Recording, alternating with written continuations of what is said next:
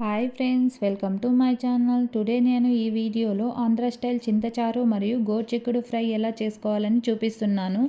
ముందుగా ఒక కుక్కర్ తీసుకొని అందులో వాష్ చేసి పెట్టుకున్న కందిపప్పు అండ్ కట్ చేసి పెట్టుకున్న గోరుచిక్కుడు అండ్ టేస్ట్కి తగినంతగా ఉప్పు, వాటర్ వేసుకొని మిక్స్ చేసుకొని స్టవ్ ఆన్ చేసి ఇది 3 విజిల్స్ వచ్చేంత వరకు బాయిల్ చేసుకోవాలి.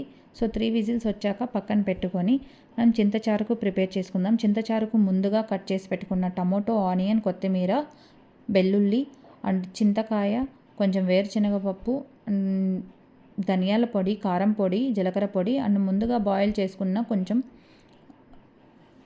కందిపప్పును కూడా వేసి బాగా మిక్సీ పట్టుకోవాలి. మిక్సీ పట్టుకున్న ఈ మిశ్రమాన్ని పక్కన పెట్టుకొని మనం ఒక కడాయి తీసుకొని అందులో ఆవాలు, కరివేపాకు, ఆనియన్స్ వేసి బాగా ఫ్రై చేసుకోవాలి. బాగా ఫ్రై అయిన తర్వాత ముందుగా మనం బాయిల్ చేసి పెట్టుకున్న గోరుచిక్కుడుకాయను కూడా వేసి మిక్స్ చేసుకోవాలి.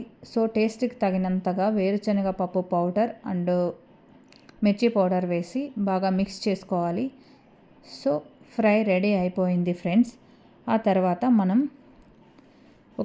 చింతచారుకు ప్రిపేర్ చేసుకుందాం. చింతచారుకు ముందుగా ఒక కుక్కర్ తీసుకొని అందులో 2 టేబుల్ స్పూన్ ఆయిల్ వేసి ఆవాలు, కరివేపాకు, ఆనియన్స్ వేసి బాగా ఫ్రై చేసుకొని ముందుగా మనం మిక్సీ పట్టుకున్న కారాన్ని కూడా వేసి మిక్స్ చేసుకొని ఇందులో కొంచెం వాటర్ అండ్ ఉప్పు కూడా యాడ్ చేసుకొని 10 మినిట్స్ బాయిల్ చేస్తే సరిపోతుంది ఫ్రెండ్స్.